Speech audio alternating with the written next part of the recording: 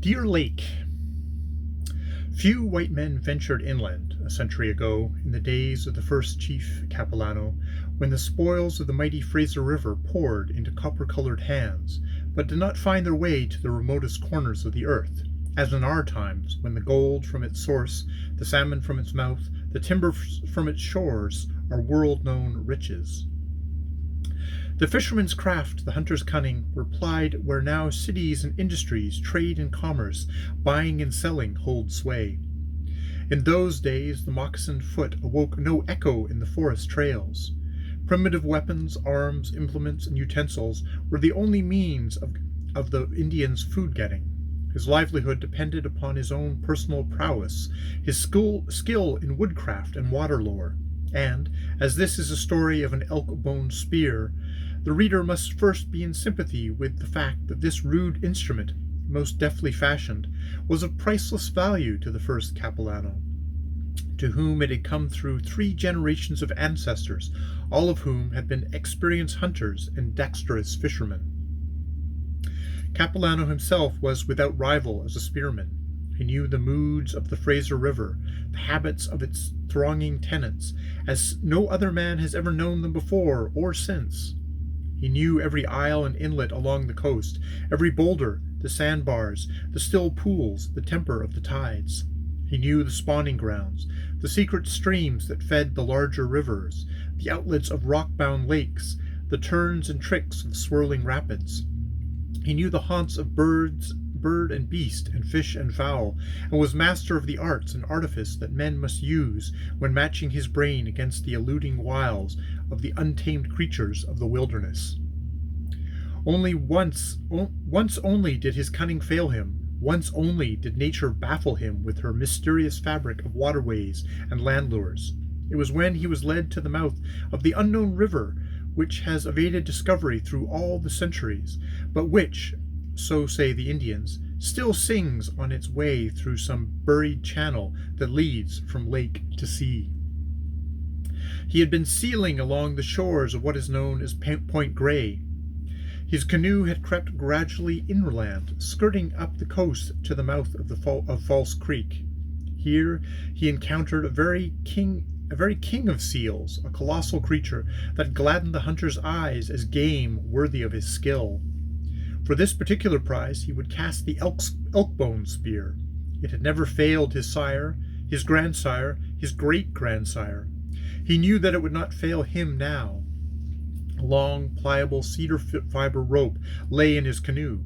Many expert fingers had woven and plaited the rope, had beaten and oiled it until it was soft and flexible as a serpent. This he attached to the spearhead, and, with deft, unerring aim, cast it at the king seal. The weapon struck home. The gigantic creature shuddered, and, with a cry like a hurt child, it plunged down into the sea.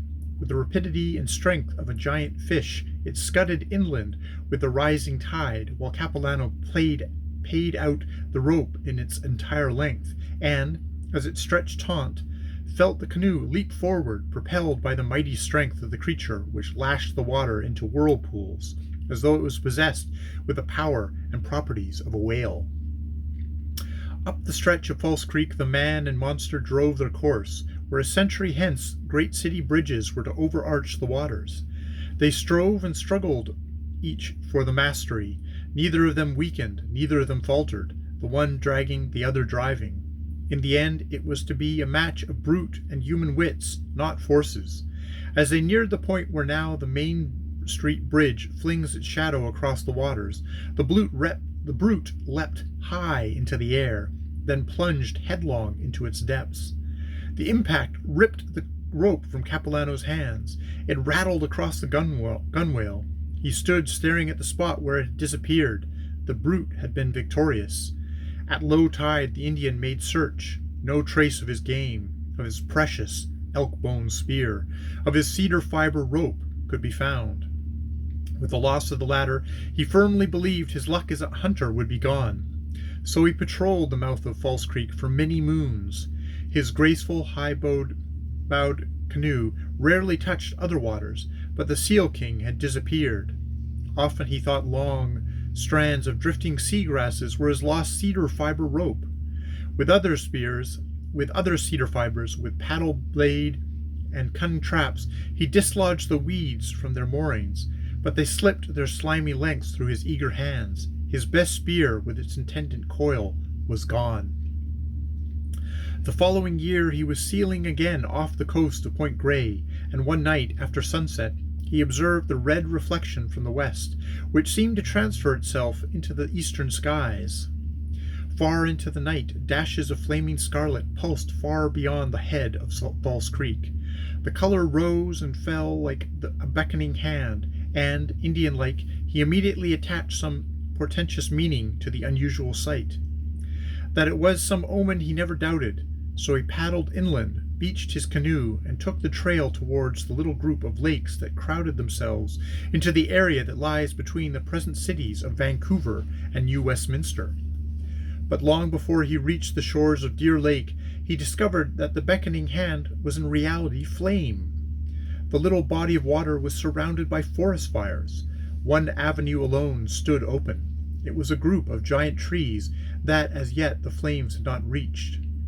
As he neared the point, he saw a great moving mass of living things leaving the lake and hurrying northwards through this one egress. He stood, listening intently, watching with alert eyes. The zwirr of myriads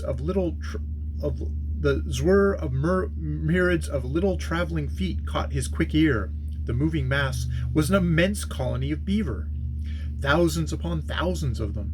Scores of baby beavers staggered along, following their mother. Scores of older beavers that had felled trees and built dams through many seasons. A countless army of trekking fur bearers, all under the generalship of a wise old leader who, as king of the colony, advanced some few yards ahead of his battalions. Out of the waters, through the forest towards the country to the north they journeyed.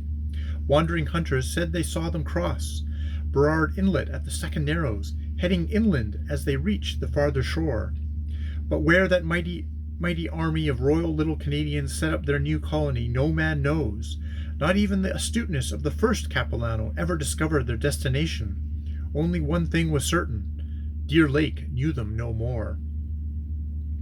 After their passing, the Indian retraced their trail to the water's edge. In the red glare of the encircling fires, he saw what he had first thought was some dead and dethroned king beaver on the shore. A huge carcass lay half in, half out of the lake. Approaching it, he saw the wasting body of a giant seal. There could never be two seals of that marvelous size. His intuition now grasped the meaning of the omen of the beckoning flame that had called him from the far coast of Point Grey. He stooped above his dead conqueror and found, embedded in its decaying flesh, the elk-bone spear of his forefathers, and, trailing away at the water's rim, was a long, flexible cedar fiber rope. As he extracted this treasured heirloom, he felt the power that men of magic possess creep up his sinewed arms. It entered his heart, his blood, his brain. For a long time he sat and chanted songs that only great medicine men may sing, and, as the hours drifted by, the heat of the forest fire subsided, the flames diminished into smoldering blackness. At daybreak the forest fire was dead, but its beckoning fingers had served their purpose. The magic elk-bone spear had come back to its own. Until the day of his death, the first Capilano searched for the unknown river up which the seal traveled from False Creek to Deer Lake, but its channel is a secret that even Indian eyes have not seen.